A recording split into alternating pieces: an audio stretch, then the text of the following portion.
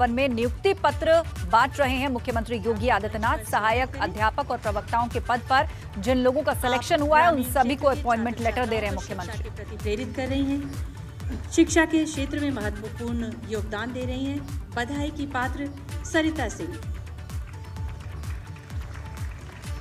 मंच पर आमंत्रित गृह जनपद लखनऊ के गणित के सहायक शिक्षक उमेश कुमार जी।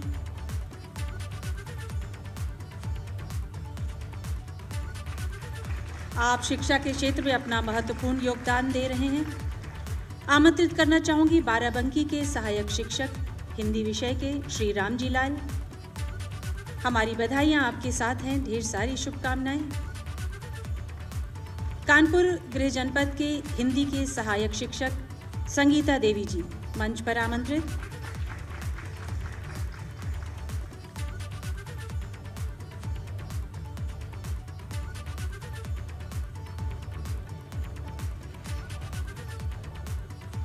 आपने नेट भी क्वालिफाई किया है और आप पीएचडी भी कर रही हैं, बधाई की पात्र हैं। मंच पर आमंत्रित करना चाहूंगी सहायक शिक्षक सामाजिक विज्ञान शीबा परवीन लखनऊ से।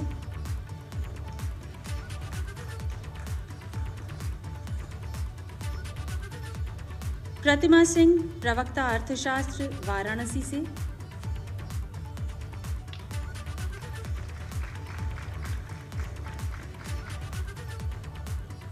कानपुर से जीव विज्ञान की प्रवक्ता प्रियंका पांडे को मंच पर आमंत्रित करना चाहूंगी।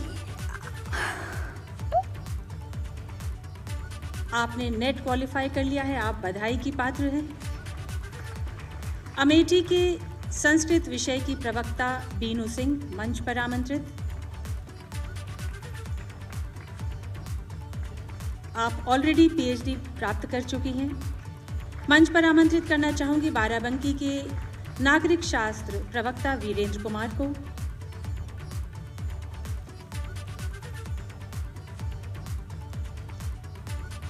आप प्रतियोगी परीक्षार्थियों को कोचिंग के माध्यम से गाइड कर रहे हैं, बहुत ही नेक कार्य है वीरेंद्र कुमार जी।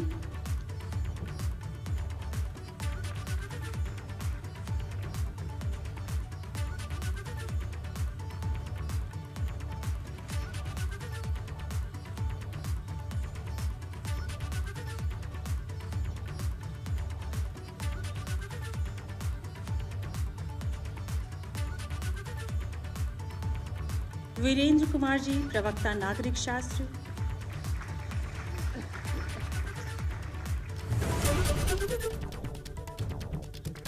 गोरखपुर के रसायन विज्ञान के प्रवक्ता सिकंदर पासवान। आप इलाहाबाद यूनिवर्सिटी से पीएचडी कर रहे हैं, जेआरएफ क्वालिफाइड हैं, बहुत ही हर्ष का विषय है, ढेर सारी शुभकामनाएं। भौतिक विज्ञान विषय के प्रवक्ता हरदोई से दीप कुमार जी।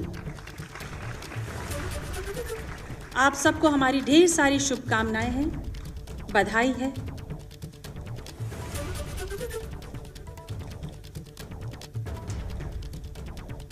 धन्यवाद देना चाहूंगी मुख्य अतिथि महोदय को और मेरा विनम्र निवेदन मुख्य अतिथि माननीय मुख्यमंत्री श्री योगी आदित्यनाथ जी से है कि अपने आशीर्वचनों से हम सबको सिंचित करने की कृपा करेंगे।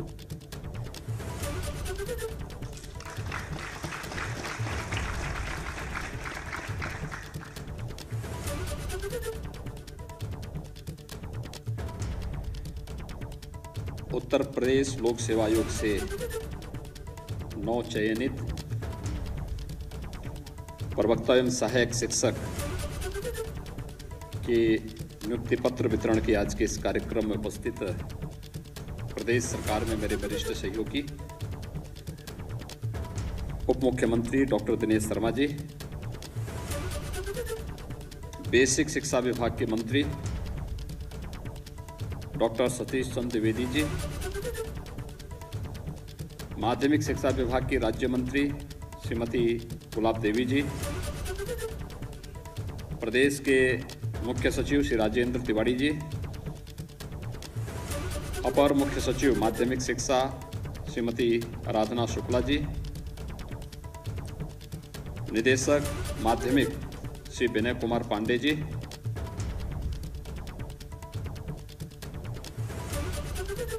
उत्तर प्रदेश शासन से जुड़े हुए सभी अधिकारीगण, माध्यमिक शिक्षा परिषद से जुड़े हुए सभी अधिकारीगण और उपस्थित सभी नवचयनित शिक्षकगण, आप सबको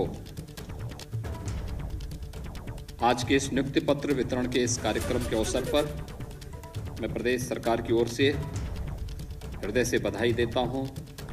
आप सबके प्रति अपनी शुभकामनाएं व्यक्त करता हूं।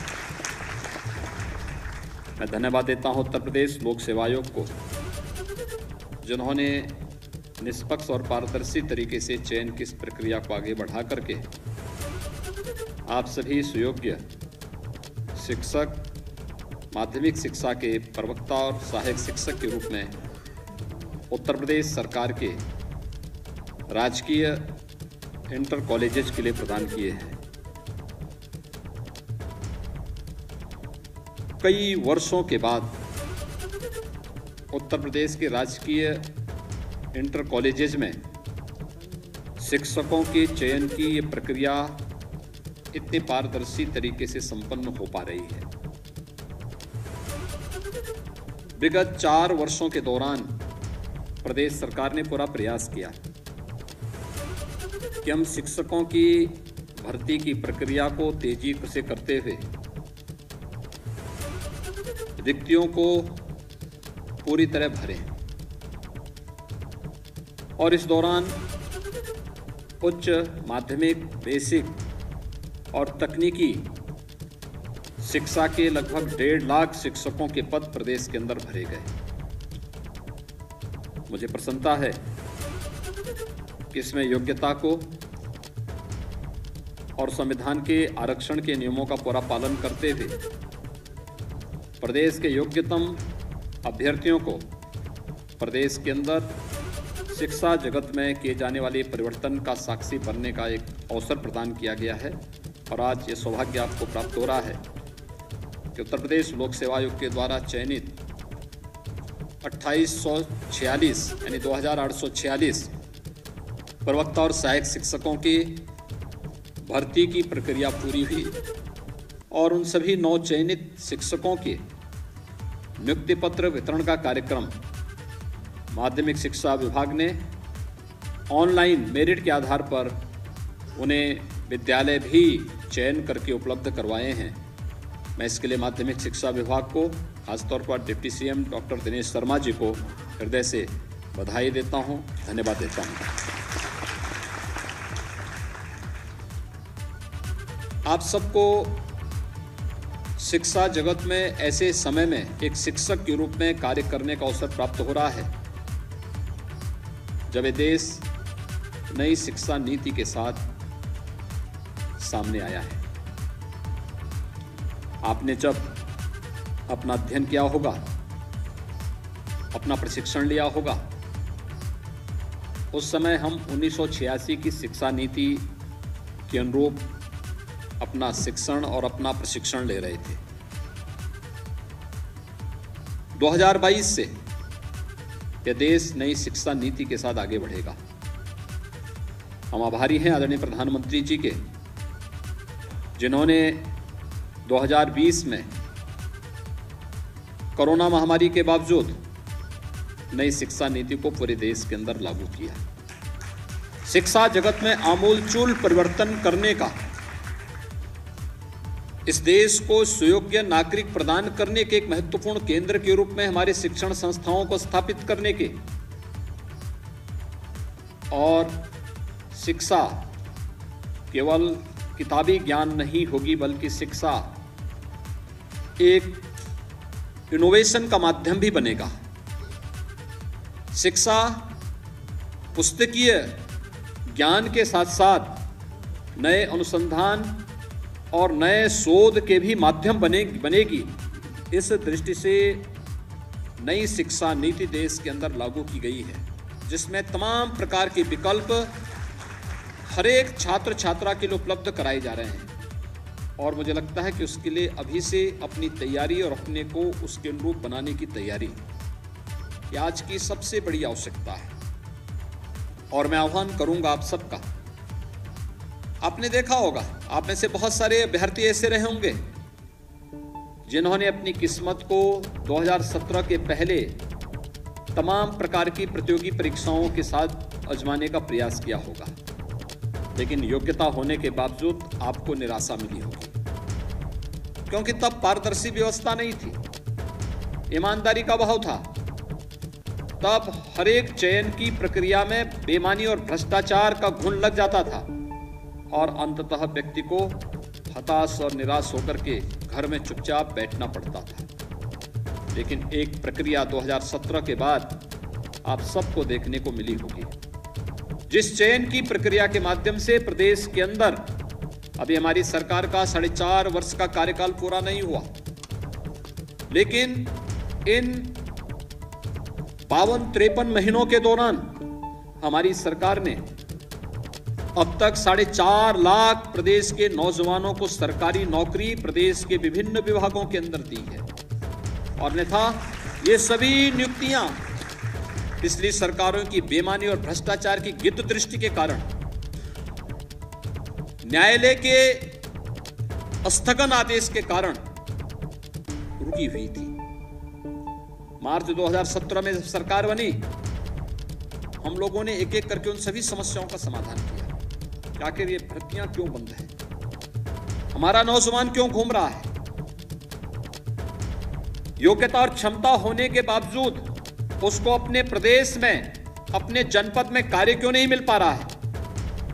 और जब हम लोग इस पर आए तो ये देखने को मिल रहा था कि बेईमानी और भ्रष्टाचार कि जिस आकंठ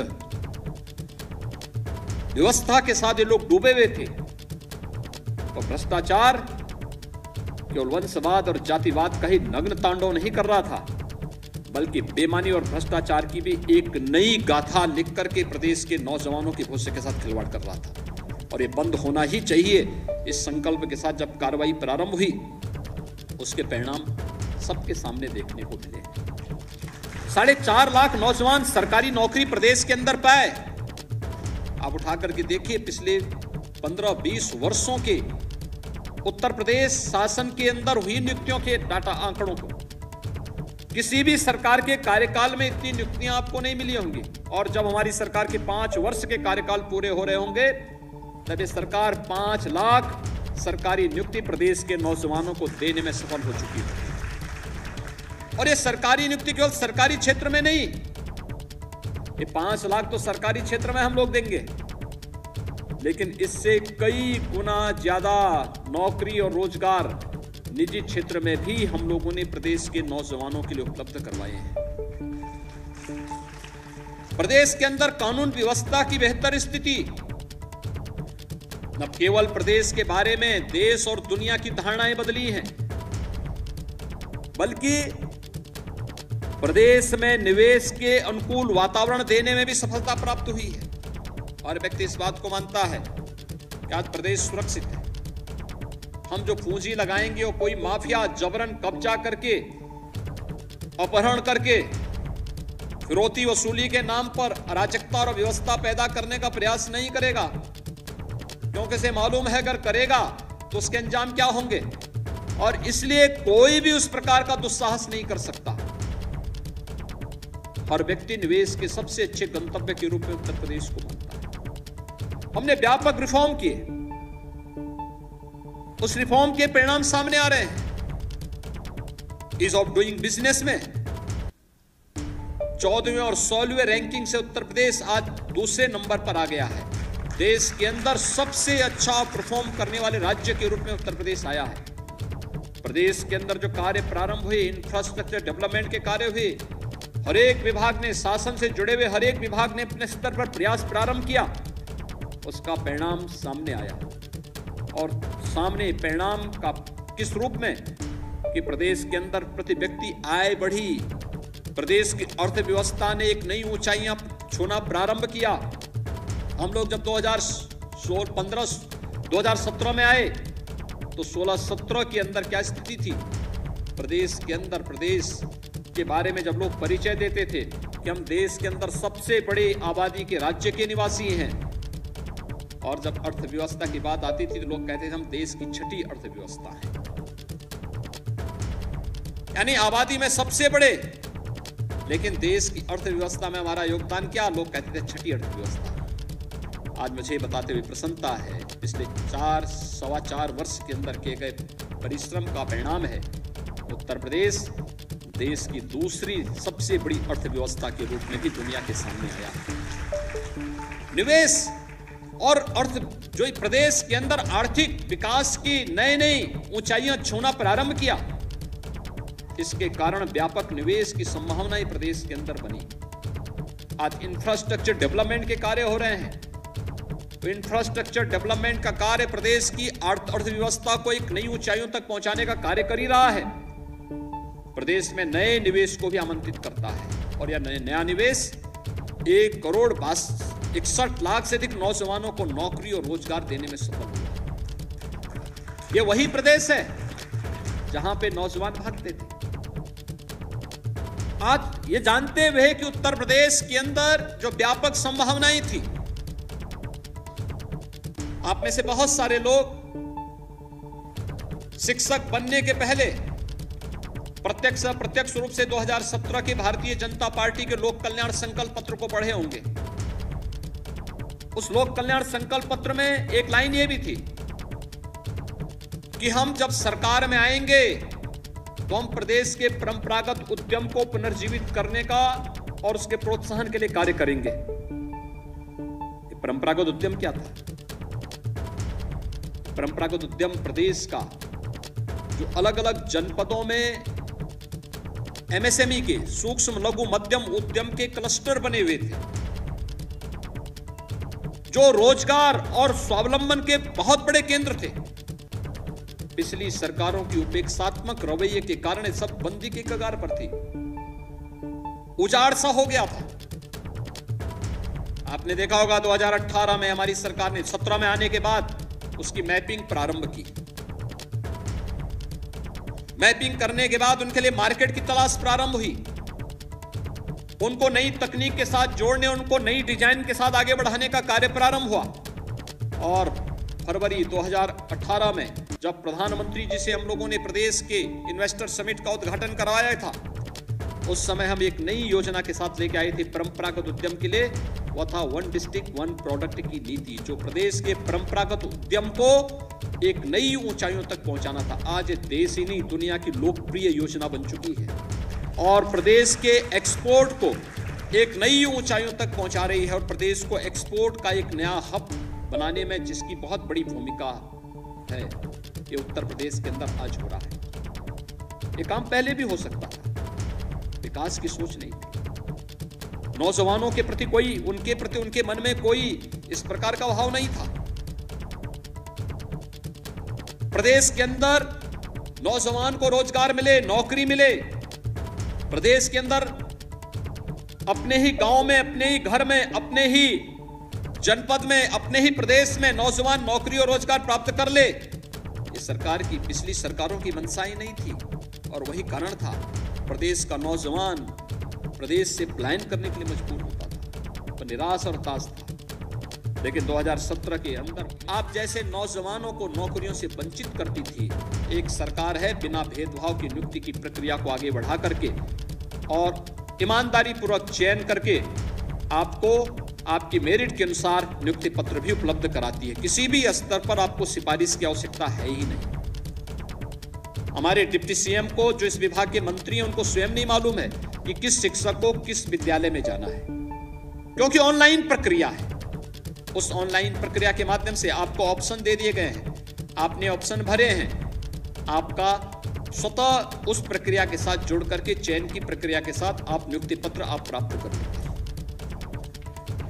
ये एक पारदर्शी व्यवस्था प्रदेश की प्रतिभा और प्रदेश के नौजवानों को आगे बढ़ाने के लिए, जब सरकार इतनी स्वस्थ प्रक्रिया को आगे बढ़ाती है तो एक स्वस्थ और सकारात्मक माहौल प्रदेश के अंदर बनाने के लिए आपसे भी अपेक्षा करती है। याद रखना, मेहनत और परिश्रम का कोई किसी भी प्रकार का कोई विकल्प नहीं हो सकता। जो परिश्रम करेगा, अपने फील्ड में ईमानदारी पूर्वक कार्य करेगा, उसका परिणाम आता ही है और आना ही चाहिए। और यह संकल्प आप सबका होना चाहिए। आप इंटर कॉलेजेस में जाएंगे, याद रखना, जिन इंटर कॉलेजेस में आप जाएंगे वे इंटर कॉलेजेस ही प्रदेश की जो पीढ़ी आज शासन में या प्रशासन में लीड कर रही है, नेतृत्व दे रही है, ये इन्हीं इंटर कॉलेजेस की देन है। ये कहीं और से नहीं आए हैं, किसी कॉन्वेंट और पब्लिक स्कूल से नहीं आए हैं, ये इन्हीं से आए हैं। और आपको देखना होगा एक उस समय उस कॉलेज और उस संस्था की स्थिति क्या थी कि वह प्रदेश को नेतृत्व देने वाली टीम और फौज खड़ी कर सकती है, और एक अब जब उसके सामने एक अस्तित्व का संकट आया हुआ है, अस्तित्व के संकट से उसे उभारने की आवश्यकता है, एक नया विश्वास भरने की आवश्यकता है। पूरी टीम, शिक्षकों की टीम के अंदर, छात्र छात्राओं के अंदर, विद्यालय परिवार के अंदर, अभिभावकों के अंदर, और उस विश्वास को भरने का पहला काम आपको करना है। ईमानदारी से एक शिक्षक का दायित्व बनता है कि अगर विद्यालय 9 बजे प्रारंभ हो रहा है तो 8:30 बजे अपने विद्यालय में पहुंचे। विद्यालय 3 बजे या 4 बजे बंद हो रहा है तो उसके आधे घंटे के बाद निकले। एक एक क्लासरूम को देखें, अपनी क्लासरूम में जाकर के चेक करें, साफ सफाई की व्यवस्था से लेकर के एक एक छात्र पर व्यक्तिगत रुचि लेनी पड़ेगी, और व्यक्तिगत रुचि लेकर के उसके सर्वांगीण विकास में आपकी क्या भूमिका हो सकती है। इस भूमिका के साथ अगर आप जुड़ेंगे तो वह छात्र आपको सदैव याद करेगा, स्मरण करेगा, जिस भी स्थिति में होगा, लेकिन आपके इस कृतित्व के प्रति सदैव कृतज्ञता ज्ञापित करेगा।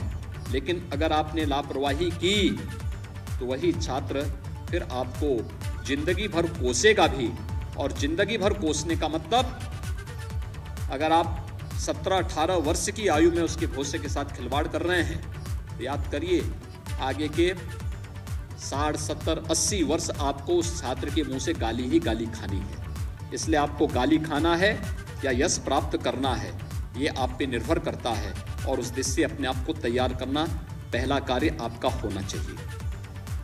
दूसरा, मैं अक्सर एक बात को देखता हूं कि कार्य, देखिए आप जाएंगे अलग अलग जनपदों में, प्रदेश के अंदर 8 आकांक्षात्मक जनपद हैं। ये आकांक्षात्मक जनपद वह जिनकी अभी कुछ आकांक्षाएं बची हुई। नीति आयोग ने कुछ पैरामीटर तय किए थे, और पैरामीटर इस बात को तय किए थे कि शिक्षा है, स्वास्थ्य है, रोजगार है,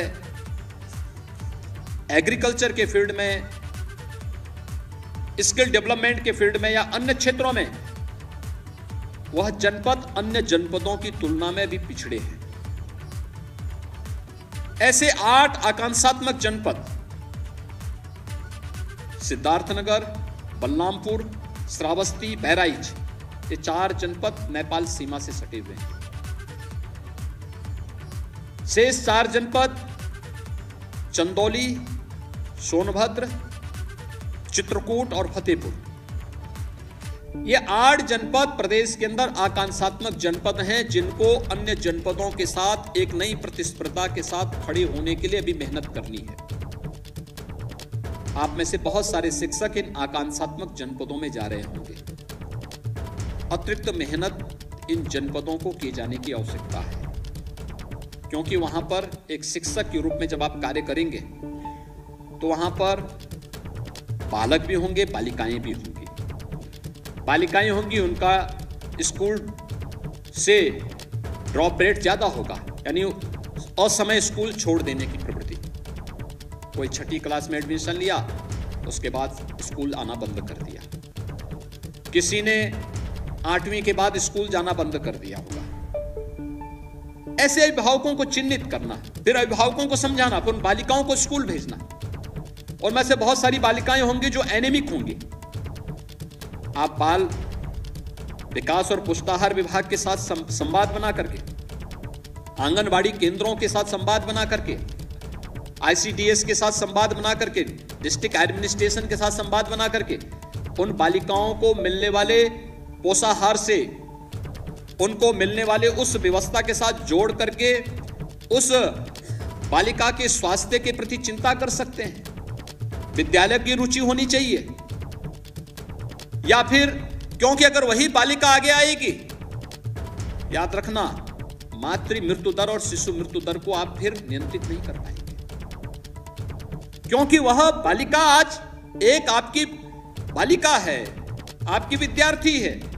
अगर आज उसके स्वास्थ्य के प्रति जागरूक नहीं, तो कल वही बालिका जब आगे बढ़ेगी तो प्रदेश के स्वास्थ्य के आंकड़ों पर निरंतर प्रहार होते हुए दिखाई देंगे। उसके प्रति हमें सजग होना होगा, बताना होगा, बालक हो या बालिका, उनके बारे में जागरूक होना, उनको सही दिशा देना, उन्हें शासन की योजनाओं से अवगत कराना, आकांक्षात्मक जनपदों में विशेष रुचि लेकर के कार्य करना और साथ साथ शासन की योजनाओं की जानकारी भी रखना। याद रखना, मैं देख रहा था, मैंने एक बार एक तकनीकी इंस्टीट्यूशन से जुड़े हुए कुछ छात्रों को अपने पास बुलाया था। वे फाइनल ईयर के थे। कुल 20 छात्र मेरे पास आए थे, बीटेक कर रहे थे सभी। मैंने उन लोगों से पूछा, मैंने कहा आप लोग क्या करना चाहते हैं? 20 में से 16 ने स्वयं इस बात को कहा कि हम लोग स्वयं का स्टार्टअप स्थापित करना चाहते हैं। 2 ने कहा कि हम किसी मल्टीनेशनल कंपनी में जाना चाहते हैं। 2 ने कहा कि हमें सरकारी नौकरी मिलेगी, तो सरकारी नौकरी नहीं तो जहां काम मिल जाएगा वहां काम करेंगे। जो लोग 16 लोग थे, मैंने इनसे पूछा तो आप अब स्वयं का स्टार्टअप स्थापित करना चाहते हैं तो क्या समस्या आ रही है? उन्होंने कहा देखिए साहब, हम सामान्य परिवारों के हैं, हमारे परिवार के पास इतनी पूंजी नहीं होगी कि हमें 5 लाख 10 लाख रुपए की सहायता कहीं से मिल सके या परिवार उपलब्ध करा दे। हमें चाहते हैं कि हमें कोई एक व्यवस्था मिले। तो मैंने कहा इसकी तो पहले से स्कीम है, प्रधानमंत्री स्टार्टअप योजना के अंतर्गत भी आप इस कार्य को कर सकते हैं, प्रधानमंत्री मुद्रा योजना के साथ उसको जोड़ करके भी आगे बढ़ा सकते हैं।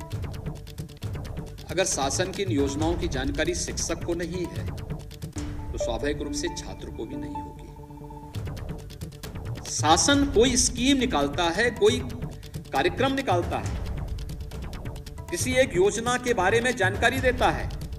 शिक्षक का मतलब ये नहीं कि आपने अपनी डिग्री ले ली, प्रशिक्षण ले लिया, शिक्षक हो गए तो इसके बाद आपका किसी भी प्रकार के स्वाध्याय से संबंध समाप्त हो गया। एक शिक्षक तभी योग्य शिक्षक हो सकता है जब वह निरंतर अपने जीवन के विद्यार्थीपन को हमेशा अपने अंदर बनाए रखेगा। अगर वह सदैव एक विद्यार्थी के रूप में सीखने की जिज्ञासा के साथ आगे कार्य करेगा तो जीवन पर्यंत वह सुयोग्य शिक्षक के रूप में भी बेहतर कार्य कर पाएगा। अगर किसी ने मान लिया है कि अब मैं नियुक्त हो चुका हूं, अब मुझे किसी प्रकार की डिग्री की आवश्यकता नहीं, किसी प्रकार के स्वाध्याय की आवश्यकता नहीं, अब मैं क्यों पढ़ूंगा, अब तो मैं शिक्षक बनी गया हूं, अब तो मेरे लिए मैदान खुल चुका है, अब मैं नेतागिरी कर सकता हूं, अब तो मैं विद्यालय नहीं भी जाऊंगा तो भी मुझे वेतन मिलना ही मिलना है। अगर ये इस प्रवृत्ति में पड़े, कभी अपने जीवन को यशस्वी नहीं बना सकता, कभी नहीं बना सकता, और सुयोग्य शिक्षक कभी नहीं हो सकता। इसलिए निरंतर जानने की एक प्रवृत्ति। शासन ने योजना घोषित की 1 डिस्ट्रिक्ट 1 प्रोडक्ट की। आपका दायित्व क्या बनता है? आप इसके बारे में जानकारी लें, शासन के पोर्टल को टटोलें, शासन से संवाद बनाएं, ये स्कीम क्या है हम जानना चाहते हैं, और फिर स्कीम के बारे में नोट बनाकर 1 पेज का नोट बनाना। उस नोट के माध्यम से फिर स्कूल में मॉर्निंग असेंबली होती होगी, नहीं होती, क्लास में जाइए और बच्चों से 10 मिनट के लिए आप बच्चों के सामने बता देंगे ये शासन ने एक स्कीम निकाली है, ये विश्वकर्मा श्रम सम्मान की है, परंपरागत हस्तशिल्पियों को प्रोत्साहित करने की। ये स्कीम 1 डिस्ट्रिक्ट 1 प्रोडक्ट की है।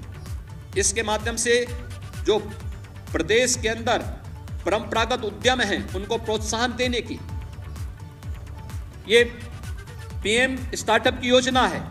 इस पीएम स्टार्टअप योजना का उद्देश्य है कि किसी भी यूथ को अपने पैरों पर खड़ा होने के लिए, स्वयं का स्टार्टअप स्थापित करने के लिए प्रोत्साहित करना। इसमें कौन कौन सी स्कीम हो सकती है? प्रधानमंत्री मुद्रा योजना एक हो सकती है, और भी तमाम योजनाएं हैं जो राज्य सरकार और केंद्र सरकार के साथ हम जोड़कर उसे आगे बढ़ा सकते हैं। पीएम स्टैंड अप की योजना है, कोई महिला उद्यमी काम करना चाहती है, बैंक से पूंजी की कमी है, पैसा नहीं मिल पा रहा है, हर एक ब्रांच के लिए अनिवार्य है कि एक महिला उद्यमी को जरूर वह लोन की सुविधा से आच्छादित करेगा। हम किसी को भी इसके माध्यम से आगे बढ़ाने का कार्य कर सकते हैं। अनुसूचित जाति जनजाति के उद्यमियों को आगे बढ़ाया जा सकता है। बहुत सारे ऐसे बच्चे होंगे जो इस फील्ड में आगे बढ़ना चाहते होंगे, लेकिन जब हमें स्कीम की जानकारी नहीं होगी हम नहीं कर पाएंगे। हम अक्सर देखते हैं कि SC ST या OBC के बच्चे आते हैं, कहते साहब हमें स्कॉलरशिप नहीं मिली। क्यों नहीं मिली? हमने समय पे आवेदन नहीं किया। क्यों नहीं आवेदन किया? हमें जानकारी नहीं थी। आप विद्यार्थियों को बता तो सकते हैं, स्कॉलरशिप के बारे में बता सकते हैं, शुल्क प्रतिपूर्ति के बारे में बता सकते हैं, शासन की तमाम अन्य योजनाओं के बारे में बता सकते हैं। आप में से तमाम लोग सहायक शिक्षक के रूप में, तमाम लोग प्रवक्ता के रूप में जाएंगे। बहुत सारे ऐसे बच्चे होंगे जिनको इंजीनियरिंग की तैयारी करनी है, क्या करना है आपको स्वयं जानकारी नहीं तो आप कैसे बताएंगे। बहुत सारे बच्चे होंगे जिनको नीट की तैयारी करनी है, आपको जानकारी होनी चाहिए कब ये तैयारी होती है, कैसे होना है, कैसे प्रश्न पत्र होते हैं। स्वयं तैयार करना और फिर लोगों को उसके लिए तैयार करवाने के लिए आगे बढ़ना। आप एक सुयोग्य शिक्षक के रूप में अपने कार्यकाल को यादगार बना सकते हैं, और यादगार अगर व्यक्ति का कार्यकाल नहीं तो उसका जीवन बेकार है।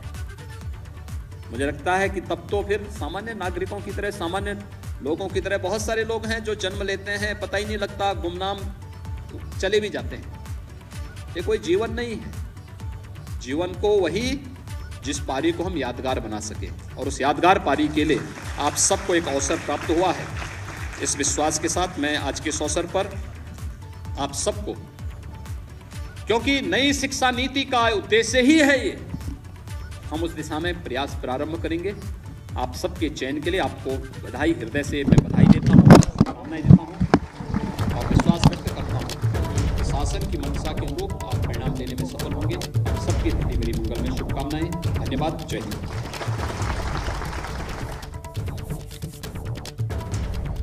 मुख्यमंत्री ने कहा कि जीवन एक अवसर है यादगार बनने का, और इसे यादगार बनाने का वो अवसर आपको मिला है। इस नियुक्ति पत्र के माध्यम से उस दिशा में आप आगे बढ़ेंगे, इसके लिए बहुत सारी शुभकामनाएं।